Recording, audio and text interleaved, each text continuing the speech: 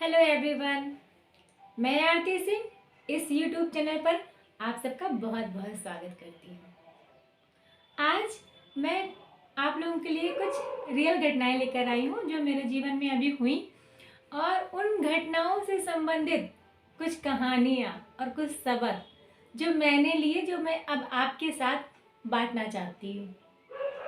अभी कुछ दिन पहले ही एक कस्टमर आए थे मेरे बैंक में और बातों बातों में ही हमारे बीच काफ़ी वार्तालाप हुआ और उसमें उन्होंने बताया, एक्चुअली वो चश्मा नहीं लेके आए थे अपना, तो उन्हें फॉर्म भरने में दिक्कत हो रही थी।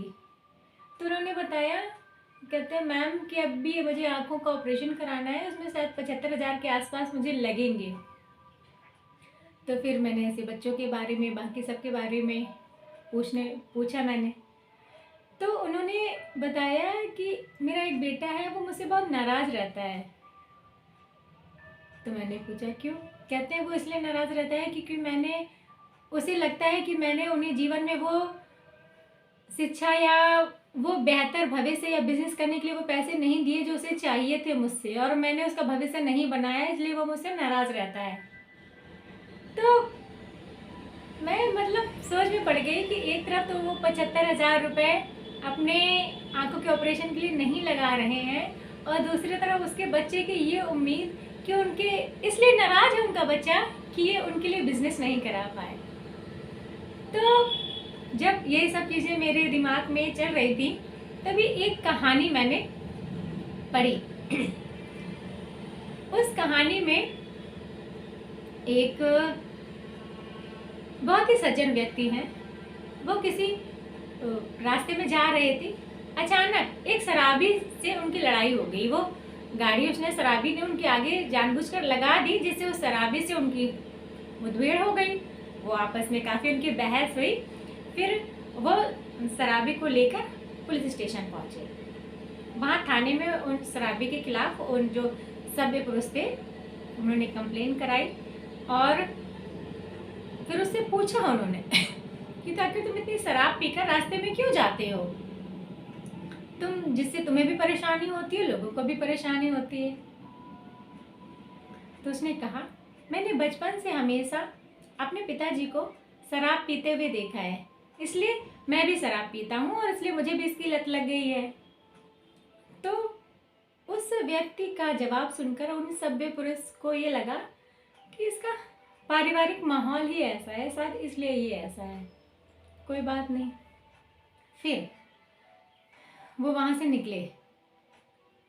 फिर वहाँ का जो इंस्पेक्टर था उसने उनकी काफ़ी मदद करी उस सब में, उनके एक्सीडेंट में जो भी उनका हर्जाना हुआ उस सब में उनको जो पट्टी वगैरह करवाई, तो उस पुलिस के जो थानेदार थे उन्होंने करवाया। तो वो सज्जन व्यक्ति सोचने लगे कि थानेदार वाकई इस गांव में हर तरह के लोग हैं। एक जहाँ उस तरह शराबी वाले इंसान की तरह लोग हैं जो शराब पी के इधर उधर घूमते हैं, वहीं ऐसा थानेदार भी है जो एक अनजान आदमी की इतनी मदद कर रहा है, पट्टी करा रहा है, वरना कौन करता है इतना सब। तो वो ये सब बातें मन में सोच ही रहे थे। तो एक उसी गांव का व्यक्ति उनसे बातचीत करने लगा।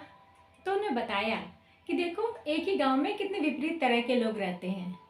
एक शराबी जिसने मुझे चोट पहुंचाई और सॉरी भी नहीं बोला और लड़ाई करने लगा, दूसरा वो थानेदार। कितना अच्छा था वो व्यक्ति, उसने कोई मेरा सरोकार नहीं, फिर भी कितनी सज्जनता से भरा हुआ था। तो उस गांव के आदमी ने बताया, पता है ये दोनों सगे भाई हैं। तो उन्होंने विश्वास नहीं हुआ, तो वो फिर गए उस थानेदार के पास मिलने और पूछा कि आपने मेरी इतनी मदद की और आप का भाई एक तरफ उसने मुझे इतनी चोट पहुंचाई, उसके बावजूद आप कैसे इतने भिन्न हैं, कितने इतने सज्जन और सरल हैं। तो उसने कहा, क्योंकि मैंने बचपन से अपने पिताजी को शराब पीते हुए देखा, मैंने अपने माँ का कष्ट महसूस किया, इसलिए मैंने कभी भी शराब को हाथ नहीं लगाया और हमेशा अच्छा बनने की कोशिश की कि जिससे मैं अपने माँ का कम से कम वो तकलीफ तो ना उनको दूं जो पिताजी ने दी, और उनको दुनिया के सारे सुख दूं। इस कहानी को जब मैंने सुना और फिर वो बैंक वाले अंकल जी, दोनों को मैंने देखा, तो बस यही कहना चाहूँगी कि एज ए पेरेंट्स हम सब बहुत कोशिश करते हैं और हमारे पेरेंट्स ने भी बहुत कोशिशें की हैं, ठीक है। लेकिन हर व्यक्ति, हर बच्चा वही बनना चाहता है, वही बनता है जो वो बनना चाहता है। मानती हूँ पारिवारिक परिस्थितियाँ, आचार विचार, हर चीज़ बहुत मायने रखता है, लेकिन उसको जो ग्रहण करना है वो वही ग्रहण करेगा जो वो ग्रहण करना चाहता है। तभी एक ही माता पिता की अगर 4 संतानें हैं तो चारों अलग अलग तरह की होती हैं, कुछ बहुत ही सज्जन तो कुछ थोड़ा नटखट होती हैं।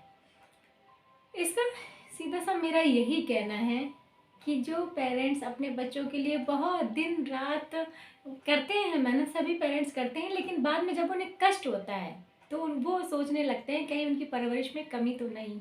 तो बस उनसे कहना चाहूँगी आप किसी गिल्ट में ना रहें, आपने अपना 100% दिया, बहुत अच्छा किया, आप किसी भी गिल्ट में ना रहें। अगर आपके बच्चे सफल नहीं हो पाए हैं तो वो उनकी कमी है, और अगर आपके बच्चे बहुत सफल हैं तो भी वो श्रेय उन्हीं को जाता है, आपको भी जाता है लेकिन उनको भी श्रेय जाता है। ये तो पहली बात। सॉरी। अब दूसरी घटना। कल जब मैं मार्केट जा रही थी तो मुझे मेरी एक बहुत ही पुरानी सहेली, ये 17-18 साल पहले की एक सहेली मिली। काफ़ी वक्त गुजर चुका था तो वो काफ़ी बदलाव उसमें आ चुका था, इतना बदलाव आ चुका था कि मैं समझ नहीं पा रही थी कि ये वही लड़की है जो इतनी बिंदास और इतने खुले विचारों की होती थी। आज वो एक सहमी सी, पतली दुबली सी लड़की, बिल्कुल उसने अपना शरीर बिल्कुल तोड़ दिया था, बिल्कुल निराशा से भरी हुई, नकारात्मक सोच और जीवन से रूठी हुई लड़की वो थी। नाम निहारिका, नाम बदल दिया है मैंने, ठीक, नाम निहारिका। जहाँ 18 साल पहले उसकी ड्रेसिंग सेंस की लोग तारीफ करते थे, उसके सिलेक्शन की, उसकी चॉइस की लोग तारीफ करते थे, आज वो हर तरह से टूट चुकी है। क्यों टूट चुकी है? उसको शादी के बाद उसके जो हस्बैंड है उनसे वो प्यार व सम्मान उसको नहीं मिला।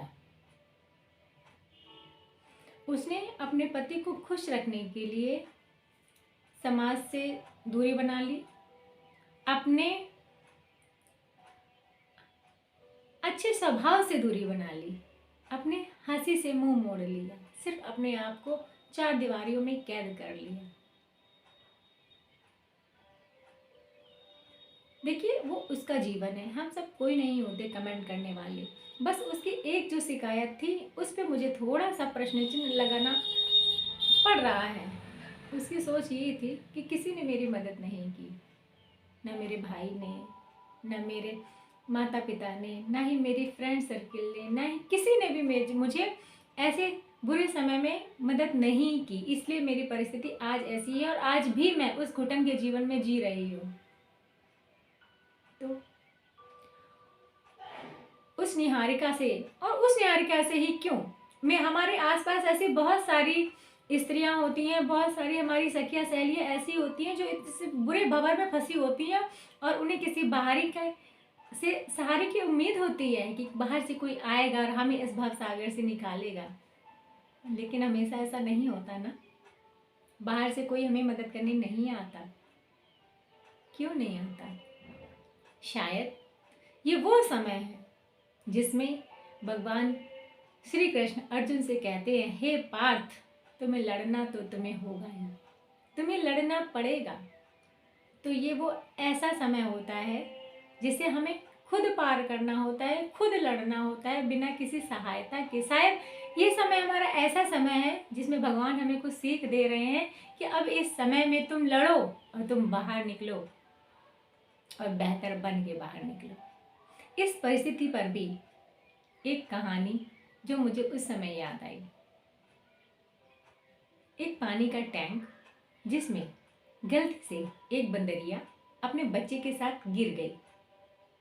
उस समय उस टैंक में बहुत ज़्यादा पानी नहीं था, हाँ 25% था। तो वो उसने हाथ पैर मारा, आवाज़ लगाई बाहर से, वो चिल्लाई कि शायद कोई दूसरा बंदर या कोई बंदर का ग्रुप उसे वहाँ से निकाल ले, लेकिन ऐसा नहीं हुआ। वो काफ़ी देर चिल्लाती रही, लगातार पानी का स्तर बढ़ रहा था। वो पानी उसकी गर्दन तक पहुंच गया। वो और चिंता में, क्योंकि वो अपने बच्चे को गोदी में लिए हुए थी, तो दोनों हाथों से सही से प्रयास कर नहीं सकती थी। क्यों? क्योंकि बच्चा तो उसे बहुत ही प्यारा था। होता है ना, सब हर माँ को अपना बच्चा बहुत प्यारा।